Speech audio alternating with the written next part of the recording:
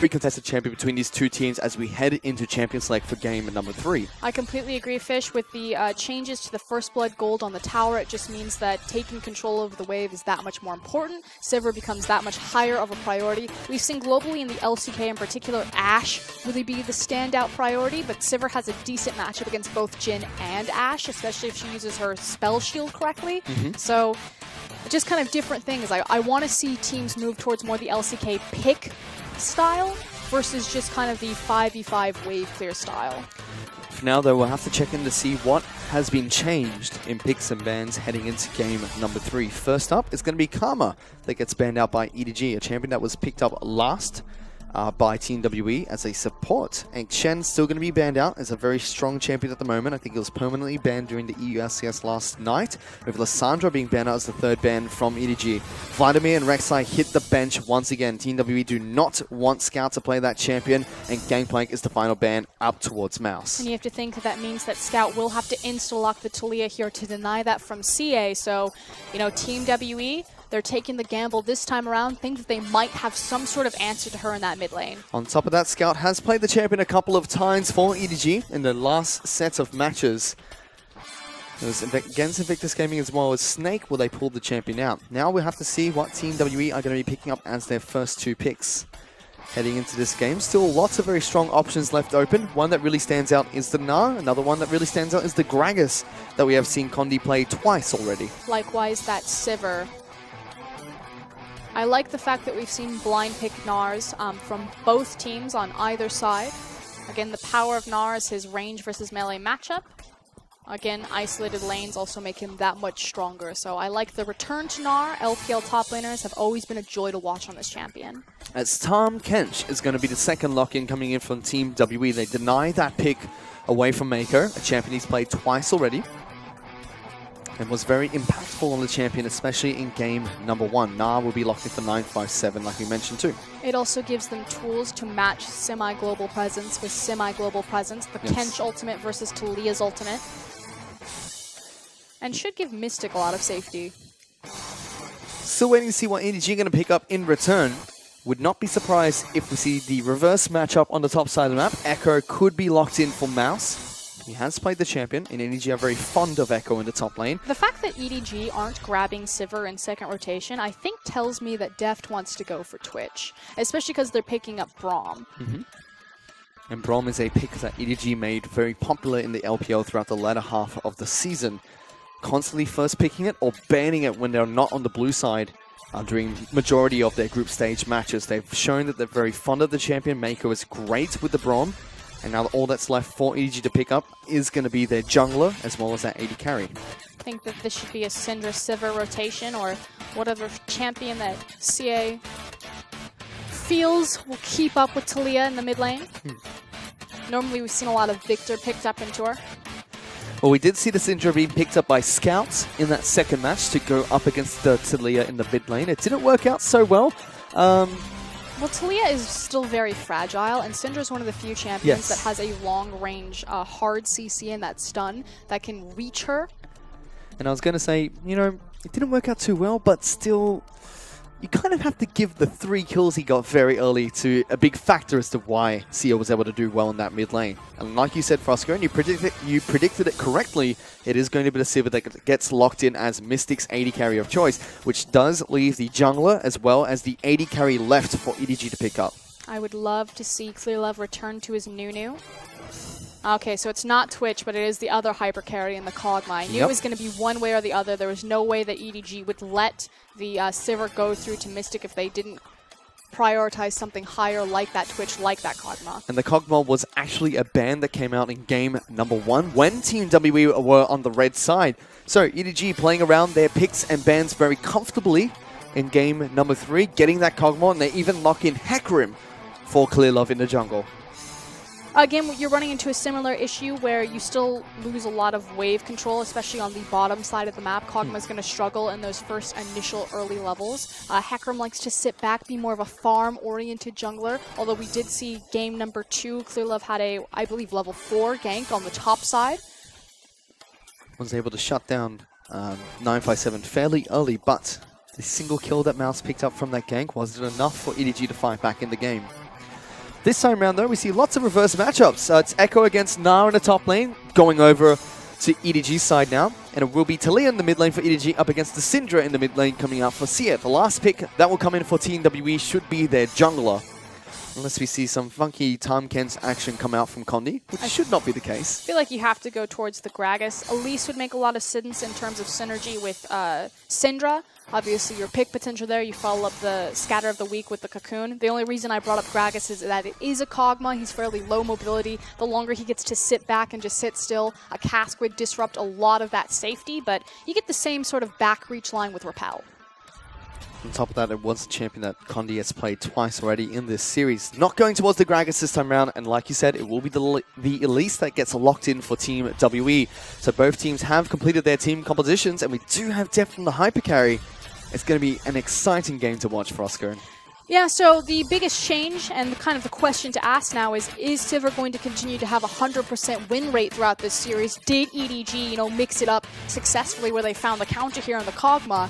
And will that Kog'Maw be banned next game? Well, we already know that Sivir is a heavily contested pick between these two AD carries, so we'll have to check in to see what the reason behind this is as we head into game number 3 between EDG and Team WE.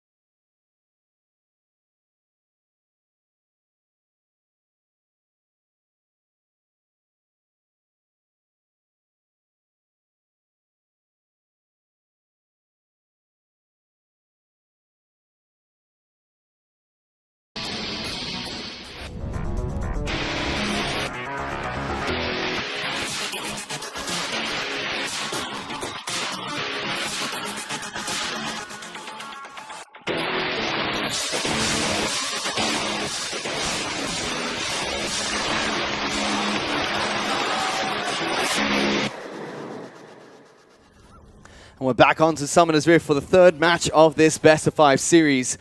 Team WE and EDG have been battling it out so far for Oscar, and every game that these two teams have picked up has been a one-sided affair. First up, it was EDG, then followed by Team WE with a very chaotic early game, which is surprising to say about this team. And now it's going to be the third game. Sivir is on Team WE's hands.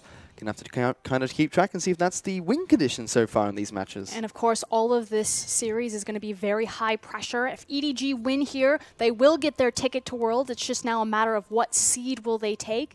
Likewise, CA in a press conference said that Team WE will try their hardest to make sure that EDG goes 16-1.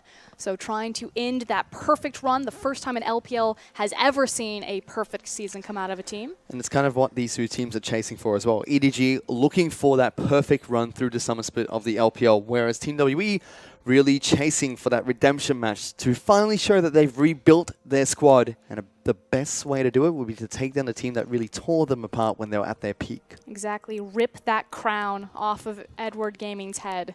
Whereas still chasing that perfection, looking for the undefeated playoff split. It would be miraculous if EDG went 16-0 through the regular split and then 18-0 to their LPL final. Could possibly be the case here. For now, they have another best-of-5 series against Team WE to put them through to the finals. And let's see how this one pans out. Mystic Zero starting on the Gromp to kick things off. Deft and Mako have snuck around. Mystic, you're in trouble. Concussive Blows comes out. Will get exhausted as well. Just gets damage on towards Zero, and they can't quite lock down the Sivir. But Flash being burnt very early from Mystic. So here's the key thing. So Team WE will trade their summoners, which is going to be key, as well as that exhaust on Zero. Opens them up to possible clear of ganks, although they do have the experience advantage. They're still looking for the fight though, Frosker, and they've got the health. Mystic will spell shield the Winter's Bite, a big use of that ability. They're not taking the ricochet at level 1. And I was going to say, Team WE having the advantage. They still want to fight though. They keep going for this, Frosker, and Deft and Mako are so aggressive in this bottom lane. Exactly, they had the inside route, and what you brought up was exactly right. The fact that Mystic went Boomerang Blade into Spell Shield as opposed to having the Ricochet means that he can't use the inside track into the lane to get control of the creep wave enough to lock down Mako and Deft to CSing versus contesting them 2v2, and that's the true punishment here. One thing I know Raz really likes to talk about is Tahm Kench returning as a support in the current meta, and has been doing really well, not just in lane, but also assisting in mobile carries and getting people out of hard crowd control in team fights. But another big thing that we see it used, because now it's 6.15, I can't talk about this anymore because Scout's getting jumped on. Condi doing so much damage. He has to try and run away. Thunderlords comes out. Doesn't matter because here's a Clearlove trying to protect him. Goes back in, but that's a great seismic shove. A good flash comes through, and now it's Clearlove that has to try and stop the damage coming out from Team WE. He successfully stops them from aggressing any further forward. Mako is the one that wants to wrap around. Flashes forward, gets the Winter's Bite, locks down Condi. He has to flash away as well. A ton of summoner spells burnt across the board, and we may not be out of the woodwork yet, although I think Zero's going to be able to waddle away to safety. He certainly is waddling back down towards the bottom lane, was trying to rotate and assist as Mako left his lane. Was not accounted for on the bottom side of the map. Mystic still level 3 on this Sivir, does have the slight experience advantage after taking down the Gromp at level 1. But Deft and Mako don't really care, Frosco, and they will fight you anyway. Well, where Deft and Mako don't care, neither does Condi. He has the aggressive 1v1 duel potential of having the ganking jungler, the kill jungler, dueling jungler, and Elise versus that Hecarim, and he's going to continue to try to abuse Clearlove, taking his camps, as well as probably camp that Talia. Again, you have a great kill pressure with Scatter the Weak into a Cocoon, and Scout doesn't have Cleanse or Flash. We saw how much Team W were able to take advantage of the Summoner Spell-less mid laner coming out from EDG. Let's see if they can do it again here in game number 3. For now, though, much more quiet than what we saw from game 2. Very even between the two teams as Scout... He's fine. He's just ducking down. He's just rock surfing. Scout does have a easier time this time around without summoner spells. Previously, he was on Syndra. Talia, she's one of the few champions that can do damage as she kites backwards, which means that she should be safer, kind of sitting back in her lane, waiting for those safety spells to come back up and available. So we shouldn't see another scenario where Scout is just kind of picked off for an easy first blood. It's Mystic. Has to be eaten up by Zero here. Concussive blows on top of that Sivir being threatened every single time Winter's Bite connects from Mako. And every single time Scout is pushing this wave forward as quickly as he can, using his Q on those back waves. And then he's immediately disappearing into Fog of War, which means he's just applying invisible pressure to Mako or to Zero and Mystic. Here comes Condi though, locks down Mako. He's the target, has no flash, but look at Deft. He's in the back lines, going toe-to-toe. Clearlove trying to jump in here as well. It's going to get on top of Mystic, gets exhausted immediately. Now he's a big target. There's even a teleport coming in for Team WE that gets cancelled, but it doesn't matter because Team WE pick up the first 2 kills of the game. Edward Gaming, you saw that in Clearlove's face. He's like, oh no. Looks like game number 2 all over again. Deft and Mako just throwing away with so much aggression, and Condi, right place, right time. You know that Mako and Deft are going to be aggressive, so just camp them. And that's already a big goal lead for Team WE just 6 minutes into this match. 1,000 gold up with 2 kills to start things off in the bottom lane. And they've been really using this time catch pick so well, saving the low health champions on their team in the bottom lane time and time again. Zachary looked to try and lock down Seer. Parallel Convergence does not connect. Instead, a stun comes out. The ultimate comes on top of Scout. One more attack is all it takes. And Team WE get a solo kill in the mid lane. Seer takes down Scout. Edward Gaming are falling apart in every single lane. That's a clear, huge miscommunication between Mouse and Scout. The fact that it was a gank on CA and he's the one who ends up with the kill, trades nothing in response for it. Devastation. It certainly is. Clearlove now sent towards the top side of the map just to hold out this lane, because Mouse was the one that was sent down trying to help his mid laner out. And again, it's just the top lane that's been isolated between these two teams. 957 and Mouse have had no impact so far, and it's again Mouse that has to just watch as the map slowly gets torn apart. And frankly, it feels like Edward Gaming have no idea how to play with a passive farm-based jungler. Hecarim is very hit and miss. He can get those big snowballs. He has the possibility of looking for ganks pre-level 6. You know, he's not entirely dependent on Onslaught of Shadows, but he is very dependent on his lanes protecting him against an invading Elise. And it's kind of been just bullied around inside his own jungle and inside these counter gank opportunities. They look completely different without, you know, a Gragas or a Rek'Sai or a Kha'Zix. He has also been hit recently in 6.15, so his early clear is a little bit slower. Takes a little bit more damage as well. Might add to the fact that he can't get this early pressure down that Clearlove really wants. But it's so different from when he had Rek'Sai to now that he's on Hecarim. Although he does finally have Onslaught of Shadows. Here it Let's comes. see if he can go in. Sia is the target, gets knocked away by the Scatter of the Week coming out from Syndra. Clearlove can't get the gank in the mid lane, even use Ghost to try and get that one. Diffuses a lot of momentum built up for that play, although he still has his ultimate, so can use it bottom lane, especially because Mystic and Zero overextended, and that's why Conde is hanging around in this bottom river, trying to catch Talia, trying to catch Hecarim, making their way down there. They even burned the cleanse. Sia doesn't connect the stun, but Scout just thought he was doomed. Pops it instantly. Now it's Conde looking to try and take a red buff for himself. Hecarim is heading back to base close by. Doesn't spot out the Wincy Spider, who's making a return trip towards the mid lane. I mean, Conde has a plethora of options available to him. He can take Clearlove's red buff. He can try to gank and apply pressure to Scout. He can go down bottom, possibly look for a dive. I think the red buff steal is probably the safest option because he knows Clearlove is back, trying to get back in position. He's just happy feeding though. Seems like he wants to go towards the mid lane. That ward just expired. Scout's been locked down by the double stun. They're on top of him. Sia is low, but it doesn't matter because Team WE get another pick in the mid lane. And that's the difference. EDG not communicating and Team WE clearly on the same page. Sia saying, leave the red buff, come mid, I've got the kill pressure, I'll help you take it. Now Conde looking to try go to toe-to-toe against Clearlove. Tom Kench used the ultimate to bring Zero down here as well. They successfully steal the buff away. And this is another early game dominance from Team WE. I think that EDG have to really mix up their style. They've historically been punished very hard by junglers who rely on level 6. And I'm going back to the Skarner pick. Edward Gaming have gone towards Skarner so many times. They try to use it as a counter to Hecarim, that when Hecarim flies in, they just grab him with Skarner ult and try to immediately kill him. And it's caused them so much heartache historically. And I think Hecarim is in a very similar boat. It's kind of a bit too binary of a champion. They can't just wait to farm up to the level 6. They rely so much on Clearlove being able to make pressure happen in levels 1 through 5. And Hecarim really can't do that as effectively as Gragas, as Elise, as Kha'Zix, as Rek'Sai. And you know, for us, we saw Dark Clearlove in game number 1. This is very This is clearly... lost Clearlove. This is lost Clearlove, not even liked. He's just wandering around the map, hoping that something happens that goes in his favor, not being that proactive jungler we're used to seeing from the side of EDG. Well, it doesn't help that Deft and Mako, lost kind of on their own, being aggressive, walking straight into a Conde gank, and Scout and Mouse tried to put a gank on CA, and he got a 1v1 kill. And it 2v1 kill. Seems like Team WE once again using their strengths, which is working as a team. Mystic Zero, no. Okay, if we go toe-to-toe against Deft and Mako, we'll probably die. But if we have Conde down here, and we predict that they're going to be that aggressive, we could probably win that trade, and they did it successfully. And again, shows why Team WE are one of the best teams in the LPL. They're one of the smartest teams, so adapting very well, calling out the telegraphed playstyle of Edward Gaming and punishing. So it will be the first blood for the tower that goes down here. So big swing again in Team WE's favor, and they can turn towards that Drake anytime they want. First blood gold picked up by Team WE previously. First tower gold now picked up in the bottom lane.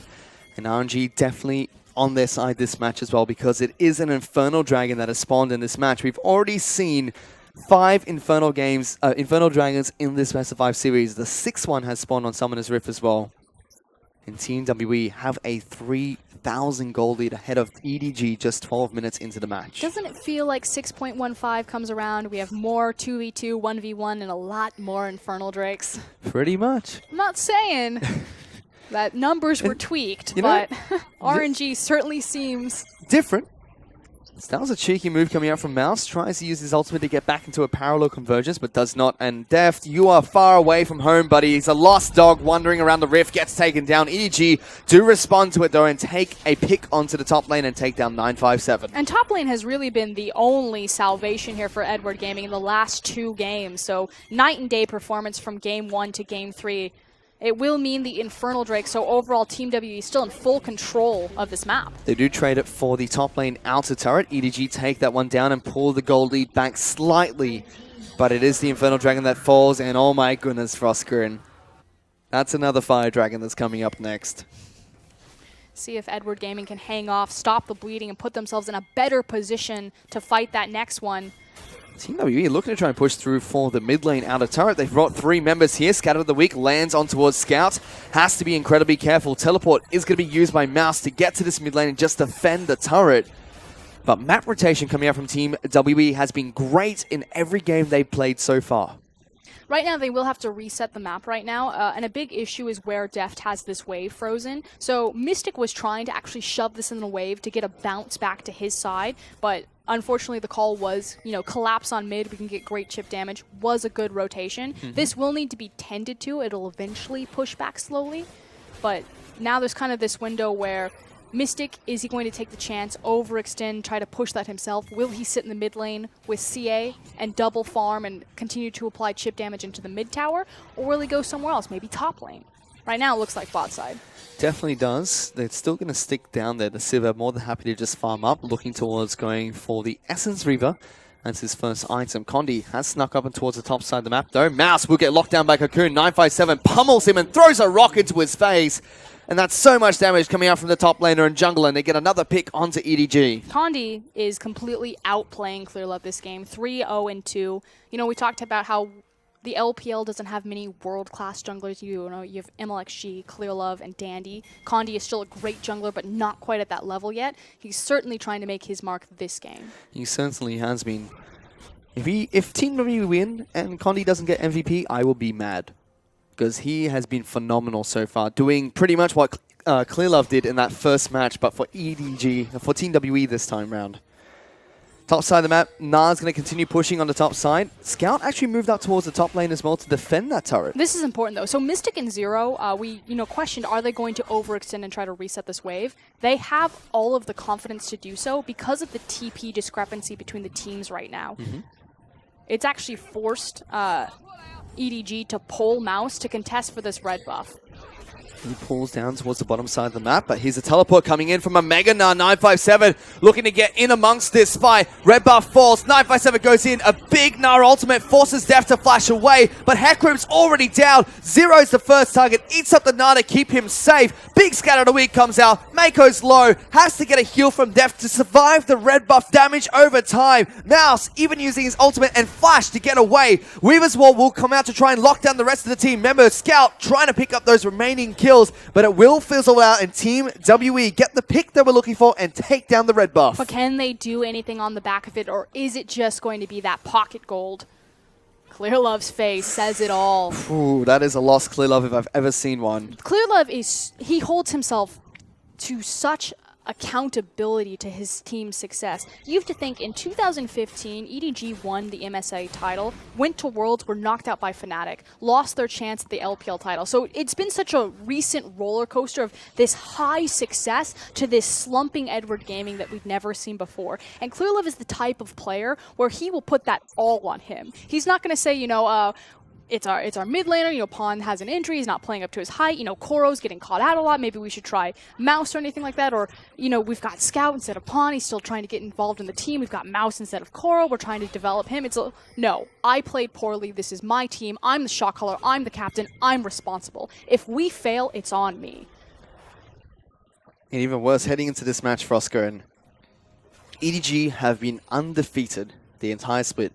Group stages didn't drop a single set. Yes, they dropped a couple of maps here and there, but every time they do, they bounce back strong. I mean, you look at the cross-conference match they had against RNG. Dominant first game, lost convincingly in the second match, bounced back for a dominant game number 3. We have yet to see them drop game after game, and Team WE are trying to do that just here and put them at match point and potentially break that undefeated streak. But the last 3 splits of playoffs for EDG have all ended in disappointment. So yes, they've come back strong in regional qualifiers. They haven't missed out on an opportunity to represent China since their inaugural split. But where they once were the dominant kings of the LPL title, the last few they've completely dropped, and they're starting to dig that hole again. You have to think, flashbacks coming.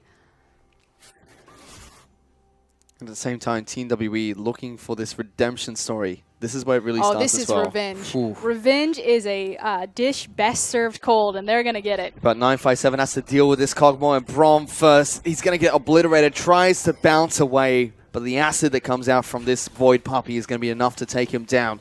Team WE used that time there to push down the mid lane against the Taliyah with 4 men strong and still get an objective for themselves. Salvation for Edward Gaming will be in Def's Kog'Maw, of course a champion that he's very well known for since his days back in Korea. So they do have late game. That said, Mystic will be able to match that fairly well, but it's now how do you play around Kog'Maw's 10-second windows? And even before that, let's back up. Can Edward Gaming even get Deft there? He is sitting on his wits end, so looking for kind of that second item power spike before he really goes off. I like the luxury of item, third item being that Blade of the Rune King versus the Dusk Blade on Kog'Maw. We'll keep our eyes peeled on which one Deft chooses to itemize. I feel like Dusk Blade is more of a luxury item, whereas Bork should be more of a core item.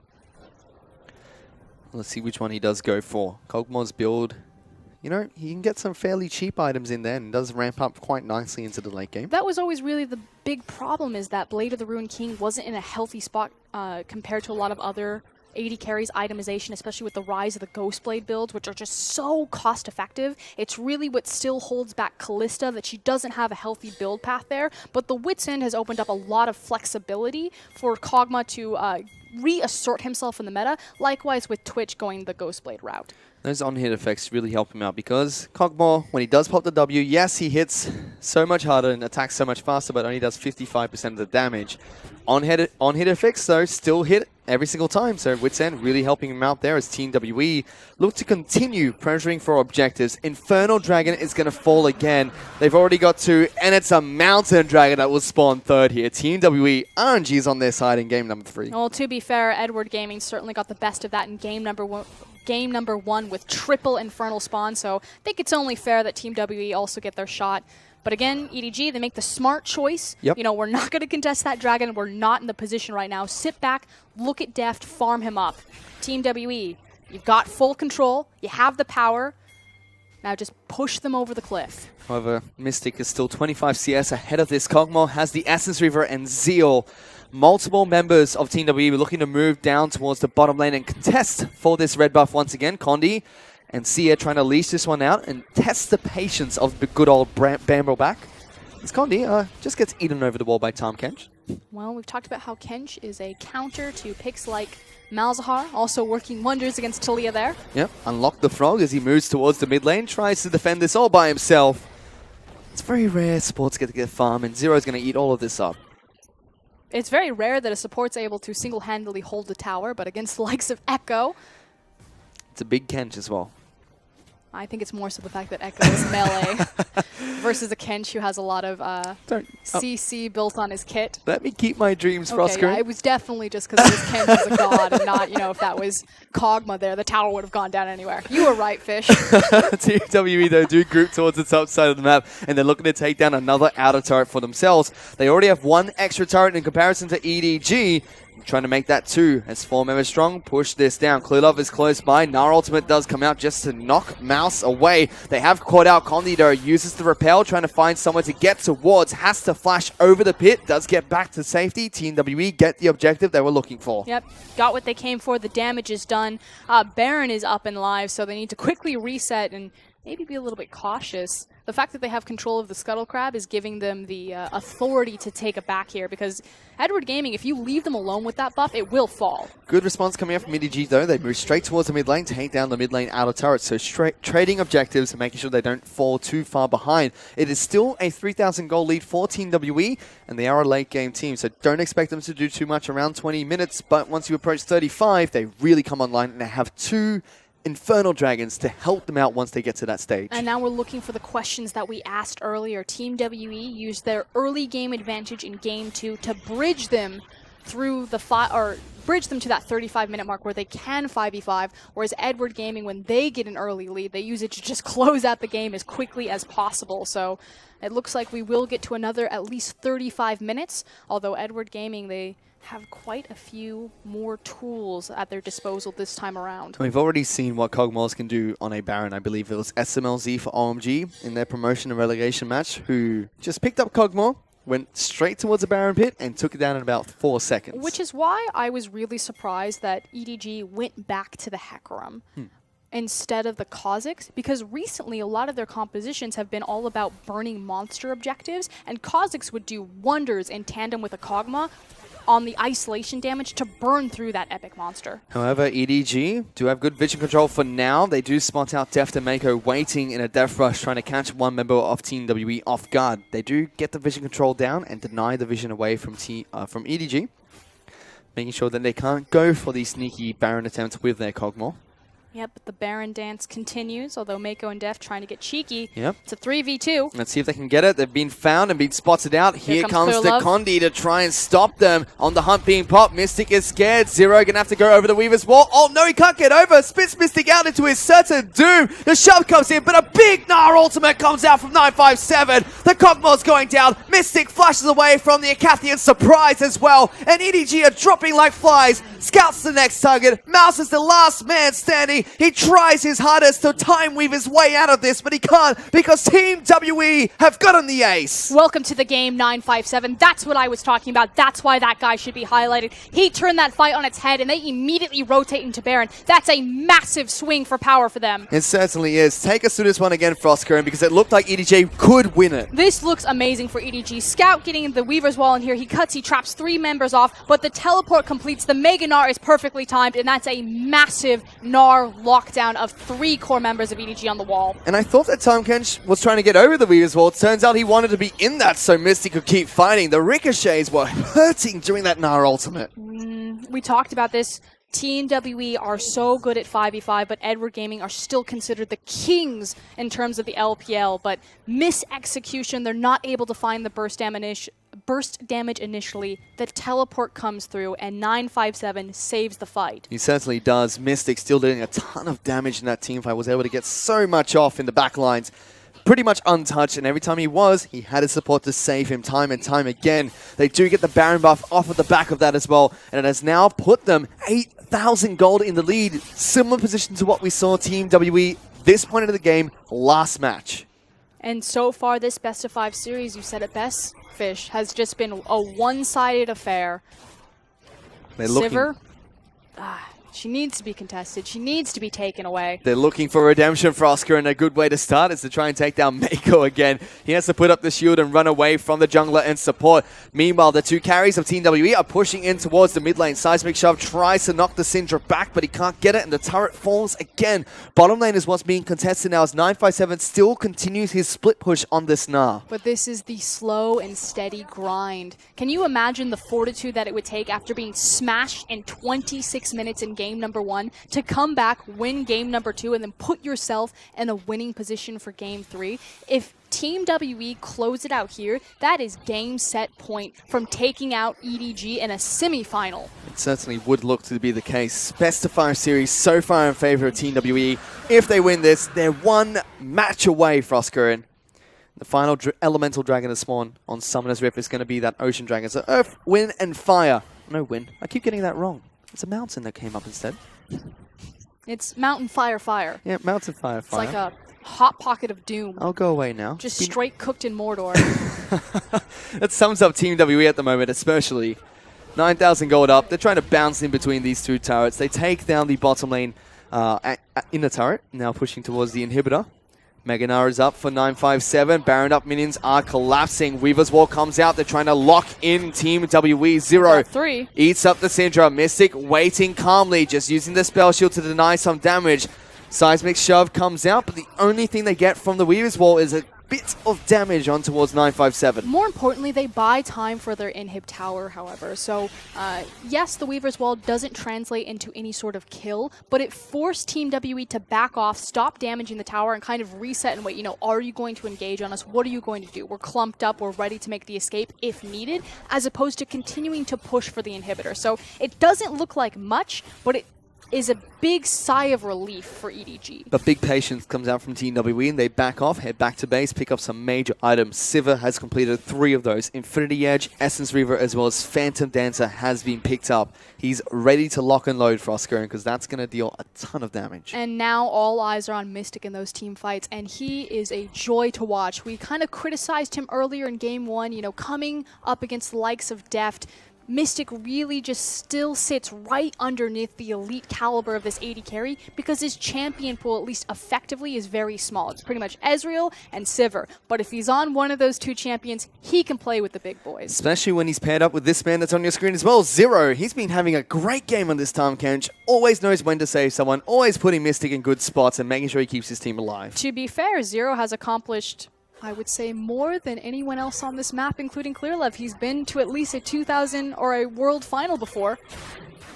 Phenomenal player. Works incredibly well with Mystic and the rest of Team WE. They really have been playing together as a team this entire split and are continuing to do so in the semi-final match here against EDG. If EDG want to try and pull back this game, they've got to try and step it up somewhere because it's a 10,000 goal lead for Team WE and we're not even at 30 minutes into this match. It's a miracle team fight on the back of Deft, really. Keep the Kog'Maw alive. Save the cheerleader, save the world. The Kog'Maw even had to pick up a defensive item, so Negatron Cloak picked up for the Kog'Maw. He does not want to get bursted out by the Syndra, halting his item build, giving Team WE this advantage to try and push for the top lane inner turret. Now all that's left standing between EDG's Nexus and Team WE's victory are the inhibitor turrets. Just that last line of defense. Team WE can continue to sit back, let this one play out methodically. They do have that Baron countdown on your screen. 2 minutes till that one comes back up. Team WE won a big team fight to pick up that last time round. It seems like now, with the gold lead they have, they could brute force their way into it if they choose to do so. And the beauty of their Sivir pick into the Kog'Maw is even if Deft gets the room to just sit still and really unload all of his damage output, Sivir can still hit that front line and crit that back line. Her range is not punished at all by Kog'Maw due to that ricochet. And he's even got the last Whisper picked up, so it's going to be even more effective if he's hitting the front line and critting the back line, because it will deal substantial amounts of damage to their front line and just wreck the back line if it gets in there.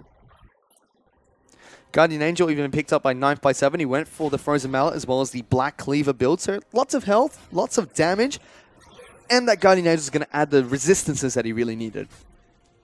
Especially because they do have someone, he's facing across from someone like Kog'Maw, who will do mixed damage. GA, one of the few items outside of Rot Portal that provides both armor and MR. It provides a lot of it as well. And both of them are incredibly inefficient in cost unless they're both online and available.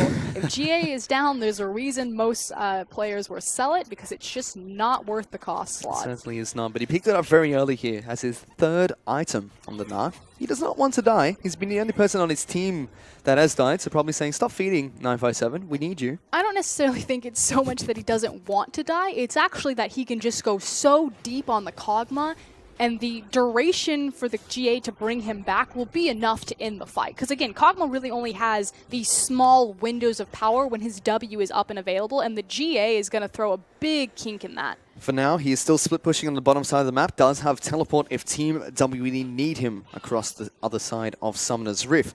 Baron is going to be spawning in 2 seconds here, and Team WE already have their eyes set towards this objective. They have good vision control over the river and are still sweeping away as many wards as possible, putting down pink wards, spotting out anything cheeky that comes out from EDG. They have complete control. They have the Rift Scuttler as well. And it's just a matter of time to see how they bait this one out or if they pull the trigger. And this is a 10k gold deficit in Team WE's favor, but this is also the arena where EDG have made and broken their careers. The fights around the Baron pits. Is 10k enough? Can Team WE out-team fight the kings of the LPL? But before they can get to this Baron, they have to go through the Son of Baron. Condi has been known to control this objective like a monster, especially during spring split of the LPL, where he really established that name. Now we're going to have to see what happens next. It's 957. He's still split pushing on this Gnar. They could probably try and time it around his Mega as well. We've seen teams fight around Mega Gnar on a split push quite frequently. LGD's one that comes to mind as he moves towards the mid lane, continuing split pushing there, trying to draw as many members as possible. And here it is. Team W have started. They're on top of the Baron. And it's burning very quickly. Again, that's double Infernal and a Mountain. EDG are not getting here in time. It's gone. They're nowhere close. It's going to fall. Now Clearlove's been hit by the Tongue Lash. Here goes on the hunt. They're chasing. Brom puts a good ultimate down. 957 doesn't even need to teleport to the fight. He simply rocks up and it forces EDG to back away. So the Dragon control for Team WE paying off in spades there. They take the objective uncontested. Good news for EDG fans, though. your team does manage to clear the area without losing any casualties, but they are hanging on to the last thread. And that's the bad news. 12,000 gold lead for TWE. They've picked up an Ocean Dragon as well. 4 dragons to the name, approaching 35 minutes. This is the Elder Dragon team as well. No surprises from TWE in the way they've played out this match, but they look incredibly strong, and they've really cleaned up the early game, which is something we had so much criticism for TWE about, even in their last best-of-5 series. But a lot of that is still being reactive and capitalizing on EDG's mis-executions across the map, as opposed to being proactive in creating initial ganks, which it makes sense. They have a counter jungler in Condi on that Elise pick, but still something very important to highlight as the rest of this series plays out. Will it continue to be reactive early game play that leads Team WE to victory, or will they take a more proactive and planned approach? Well, let's see where they move from here. For now, Mystic, he's gone back to base, completed his Lord Dominic Regard, so he's going to be shredding through the tanky front line of EDG if he does get any auto attacks down. 957 is still in this bottom lane. Looking towards the components of his random and Zoma. Sia actually getting jumped upon, gets eaten up by Zero, flashes over the Weaver's wall, gets to safety, but they still burn the mid laner summoner spell. Buys enough time to get decent chip damage on this bottom tower right now, and Team WE now looking to push it over. Still waiting and being very patient. There is a lot of wave clear that comes out from EDG, especially when the Bio Arcane Barrage is off cooldown for the Cogmore, but they just keep moving between the mid lane and the bottom lane. Here comes Mouse looking to try and jump into the Parallel Convergence, but takes the scatter to the weak. Coming out from Sia, knocking him back. And now they do have another crashing wave in the top side, so they don't just need to bounce between 2 waves, they have the option of all 3. Let's see where they take this one. 957 still pushing a big wave on towards the turret. Condi's come in. They're going to get good auto attack damage down. And 957, he's turning Mega. They've got to be careful. The turret's going to fall. Deft has to back off from this, as here comes Scout looking to try and clear the wave. Deft takes a big crit from the ricochet that comes out from Siva. Already at half health. The inhibitor is going to fall. Mako wants to look for this fight. 957, Mega is going to expire. If time for EDG to fight is going to come up anytime soon, it has to be now. But Team WE take down the objective and leave EDG's base. Now looking towards that Elder Drake as possibly the last win condition. If the game goes further than that, they did secure the Baron inhibitor, so they can look towards a 3rd Baron possibly.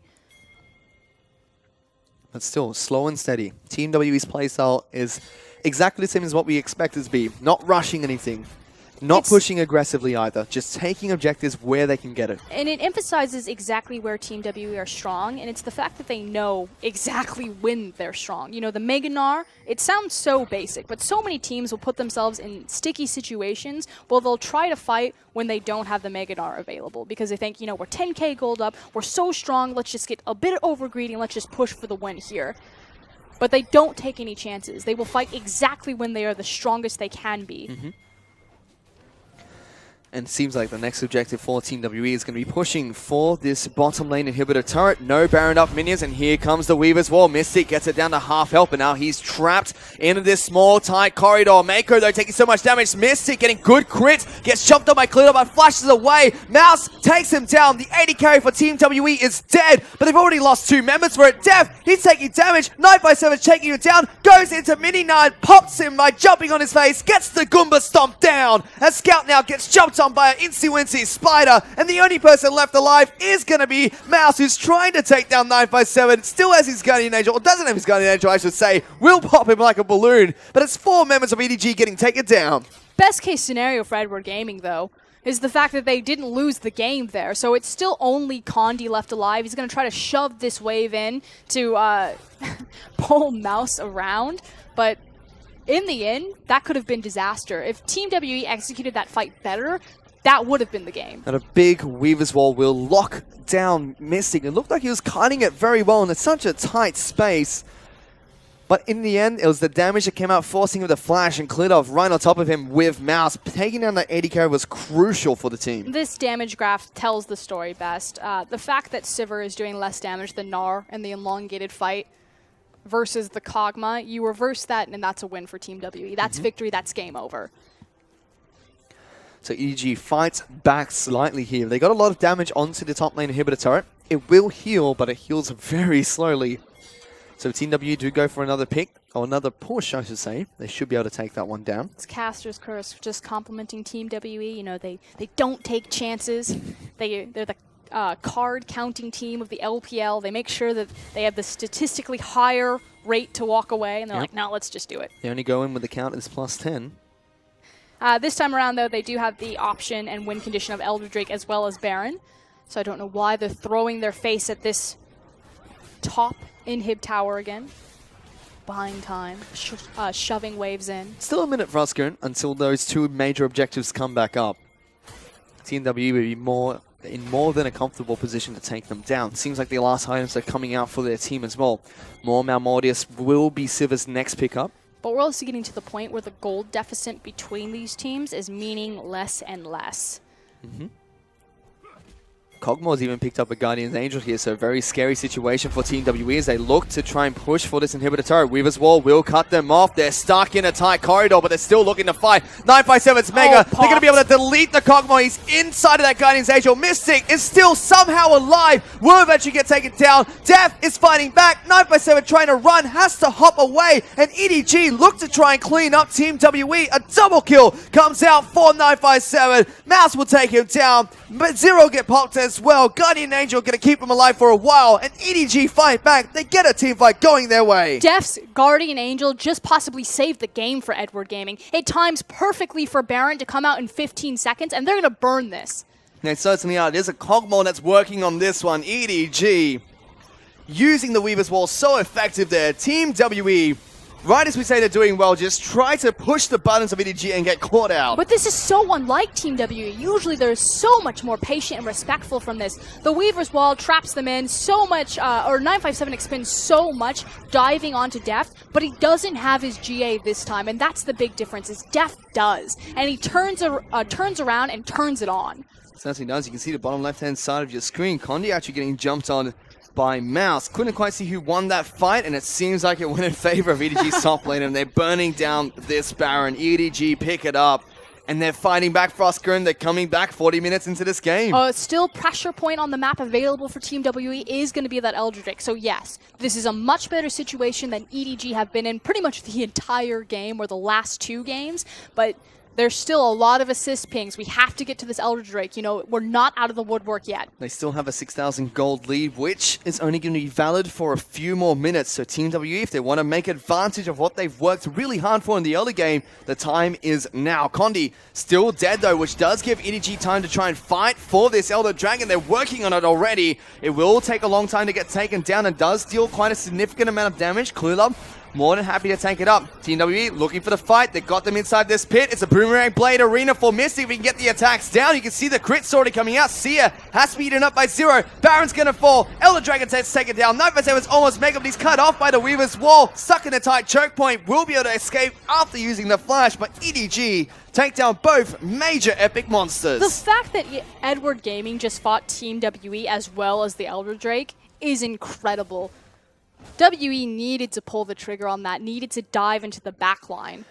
And now they're only 5,000 gold ahead, Frostgurn. It's been cut in half. That gold lead has just shrunk. I cannot believe they're coming back from this. I mean, I know I should expect it because this is what Edward Gaming do. And again, it just goes back to reemphasize the idea that when Scout is on the lineup, this is Edward Gaming of 2014. This is the baby Samsung Blue EDG that earned their reputation. You know, they completely fumble late games, but their incredible late game 5v5 completely makes up for it. And with the likes of Mouse, who is a great substitution for Koro, and the likes of Scout, who definitely fills the shoes and responsibility of Unstoppable, they look almost identical. Well, now they're the ones that are pushing on towards this inhibitor turret. They do get locked down by Scatter the Weak. Def still trying to kite nicely here. 957 almost Mega threatening to go for the initiation. Does have his Guardian Angel back up and available. Throws the rocket. Def. Meanwhile, Condi taking damage off to the side. Baron buff cannon minions are dealing good work on towards these turrets. They go for the dive. Power Convergence separates the team. Team WE back off. They concede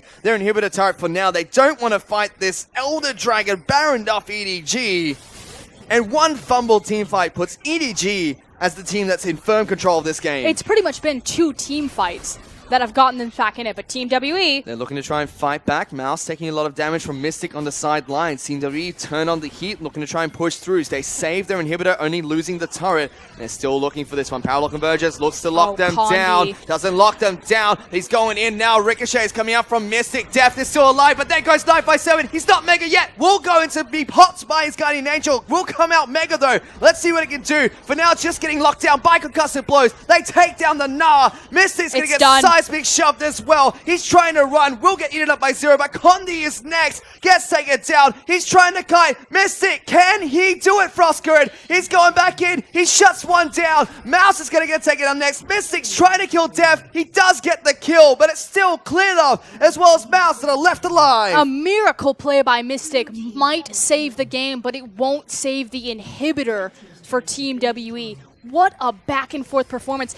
Echo has now used his teleport, so he's full health. They could continue to push, but, you know, hold on, replay. So the big thing here is Condi actually goes to the back line, and he initially flashed forward to try to catch Deft.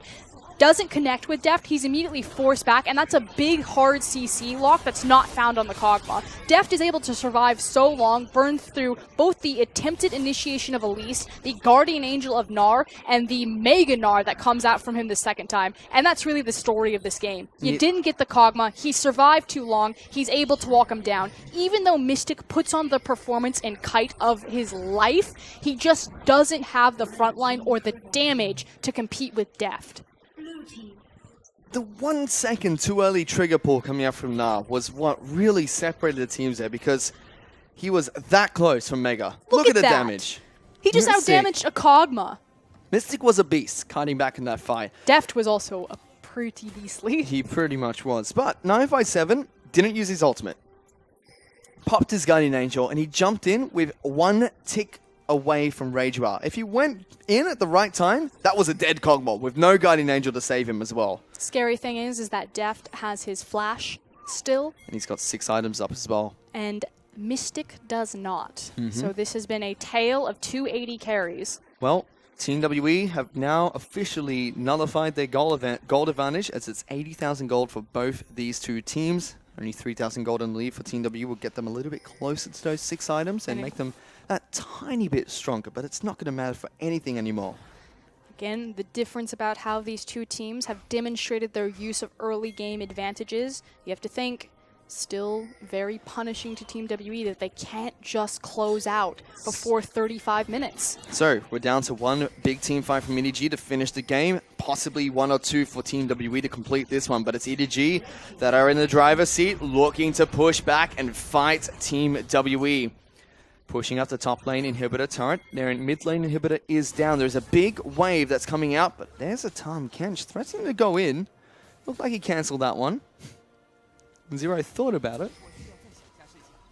It should be a a map reset for Edward Gaming. Baron is spawning in 1 minute. This will be the 4th one of the game. And they've got a big wave bottom, so immediately they send Mouse down to deal with that. Guardian Angel not back and online for 957 yet. It is up for Zero, of all people. It's not up for either top laner yet. Seems like it'll be coming back up for them at the same time. EDG, they've got one on their 80 carry though, which is going to be a big factor if Deft does get popped immediately at the start of the team fight. I mean, it's just far more protection for Deft at this point in the next 5v5. He's got a summoner spell, he has his GA. The fact that both top laners don't have their GAs directly impacts the ADC matchup, because obviously the top laner's responsibility is to dive onto that backline and disrupt the Sivir, disrupt the Kog'Maw. There's just so much magic resistance coming out from Team WE. You know, the 2 tanks have Lot. Banshee's Veil for Scout. Deft's got a Wit's End as well as a Guardian Angel, and there's a Locket being picked up by the support. So Syndra, it's going to be a hard time for her to just sit down and execute someone with her ultimate. EDG, though, look to set up this Baron, and they're going to be able to take it down incredibly quickly. If Team WE do not react appropriately, here it goes. It's being started. That is incredibly fast. 957 is teleporting in. Team WE force EDG to back off. Stun does not connect, and they will reset the fight. Good volatile Spiderling, in fact, does some good damage on towards the AD carry. But this does force out the teleport, which means that Mouse will have that advantage in about 10 seconds. See if EDG are a bit more patient than Team WE have displayed this game, rather uncharacteristic for them. and try to use multiple pressure points like the Weaver's wall as well as the teleport to free up this Baron. Seems like they're just trying to maintain vision control, make sure they are the ones that are in control of this Baron pit. Scout has to be very careful. He is split pushing still. Team WE look like they want to pull the trigger on towards the mid lane. We might actually see a rush here from Frostgren because Kloidov is in the mid lane. No, Team WE back off. They go straight towards the top side of the map. They know that Hecarim's not here, so they're using the time catch to try and wrap around and trying to pincer in EDG without this Hecarim, but instead they back off. 957's been caught. Doesn't have his Guardian Angel, or does have his Guardian Angel now. It's going to go mega soon. Zero eats him up, flashes away, trying to keep the time catch alive. There's the Weaver's call. What are you guys doing? Because they've just been caught out. 957 has to just jump away. They're going to lose their support for this. Team WE have been taking so many risks, and they can't fight their way out of this one. Here goes Mako, jumps in. Mystics jumped on, has to flash away, gets knocked out of the fight. 957 still trying to stay alive. Big Gnar ultimate comes out. Mystics still kiting, takes down the Guardian Angel. Scouts the next target. He's in Aegis. I mean, Zonius, he goes down and takes down as well. Mystic still kiting, but he's getting taken down. And EDG, they've done it, Frostgren.